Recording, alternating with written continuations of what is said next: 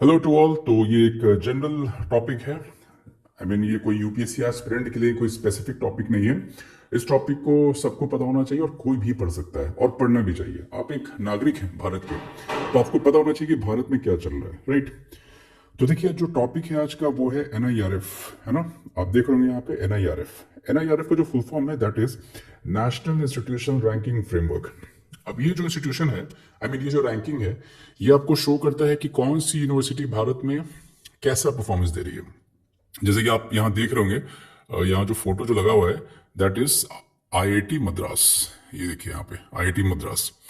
तो इस इमेज के जरिए आपको ये थोड़ा गेस करना चाहिए कि आईआईटी मद्रास जो है उसे टॉप पोजीशन मिला है, ठीक है। किसमें? ओवरऑल रैंकिंग में। मैं सब अभी समझाऊंगा आपको, बट मैं बस ये आपको बताना चाह रहा हूँ कि एनआईआरएफ एजुकेशनल इंस्टीट्यूशंस को रैंक करता है। और जैसे कि आप हेडिंग देख रहे हैं कि जो तमिलनाडु है उसे टॉप स्पॉट मिला है भाई। और हायर एजुकेशन में तो सबसे ज्यादा सही रैंकिंग या फर्स्ट रैंकिंग जो है वो तमिलनाडु को मिला है, ठीक है। तो चलिए फिर आगे बढ़ते हैं, देखते हैं क्या क्या है टॉपिक में। टॉपिक में देखिए यही है कि जो एनआईआरएफ है 2024 का जो रैंकिंग निकला है, तो national institution ranking framework 2024 that has been announced by union ministry of education, MoE.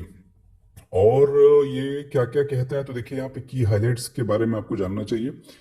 देखिए, बहुत बार मैंने देखा है कि बहुत सारे लोगों को आइडिया ही नहीं होता कि कौन सा यूनिवर्सिटी अच्छा है, कौन सा कॉलेज बढ़िया है, कौन सा बीटेक कॉलेज बढ़िया है। तो एक बार सुन लें, आपको भी थोड़ा आइडिया होगा, ताकि यदि आप जा रहे हैं सपोज काउंसलिंग के लिए, तो आपको पता रहे कि कौन सी कॉलेज कहाँ पे है, किस पोजीशन पे है, आपका रैंक क्या है, उस रैंक के हिसाब से आपको कौन सा कॉलेज ऑप्ट करना चाहिए। ये सारी चीजों में आपका हेल्प करेगा।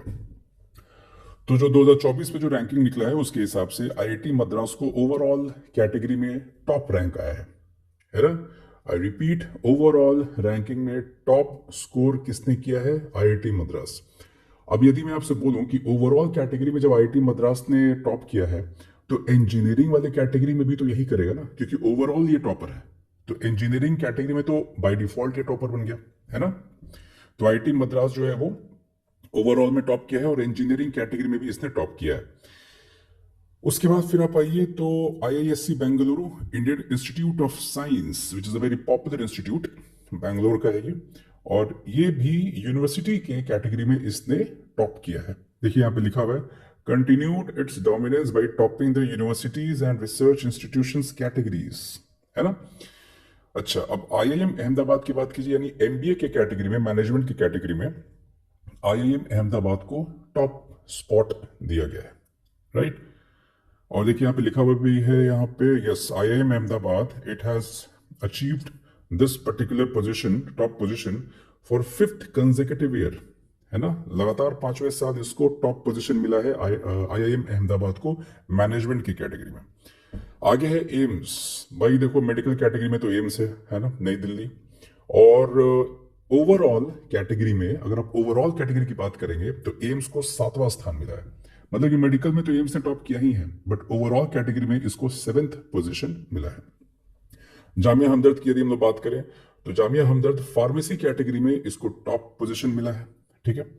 और डीयू की यदि आप बात करेंगे तो डीयू जो है वो 11वें से 6ठे पोजीशन पर आ चुका है ना। It has made a notable jump from 11th to 6th place in the overall ranking, यानी कि टॉप 10 में अपना एक जगह बना चुका है। किसने? दिल्ली यूनिवर्सिटी ने। और डीयू जो है, डीयू में एक हिंदू कॉलेज है जिसको टॉप पोजीशन मिला है अमंग डीयू, यानी दिल्ली यूनिवर्सिटी में है वो, या आप कह सकते हैं कि कॉलेजेस में टॉप पोजीशन किसे मिला है, तो वो डीयू को मिला है। और सेंट स्टीफेंस में आप देख रहे हैं, Saint Stephen's College secured the 3rd position, completing the top 3 rankings, ठीक है। वैसे यहां देखिए, मैं आपसे ये बताना चाहूंगा कि इस रैंकिंग को आप अगर ये बस समझ लेते हैं तो आपके दिमाग में एक फ्रेम सा बैठता है कि कौन सा कॉलेज किस तरह का परफॉर्मेंस दे रहा है, and which is very important actually. मैंने देखा है कि बहुत सारे लोग क्या करते हैं कि वो दूसरों से पूछ पूछ कर एडमिशन लेते हैं। दूसरों से पूछ करके तुम ले रहे हो तो आई डोंट थिंक कि वो जस्टिफाइड है आपके टैलेंट और आपके नॉलेज के लिए। You should do these things on your own. आप अपना खुद का नॉलेज रखें, क्योंकि आपको पता है कि आप कहाँ पे ज्यादा अच्छा कर सकते हैं। जरूरत नहीं है भेड़ चाल चलने की, कोई कहीं ले रहा है एडमिशन, आप अपना देखो कि आपको कहाँ लेना है, आप कहाँ बेटर कर सकते हो, ठीक है। क्योंकि अल्टीमेटली आप ही मैटर करोगे खुद के लिए, और आपका टैलेंट ही मैटर करेगा आपके लिए, राइट।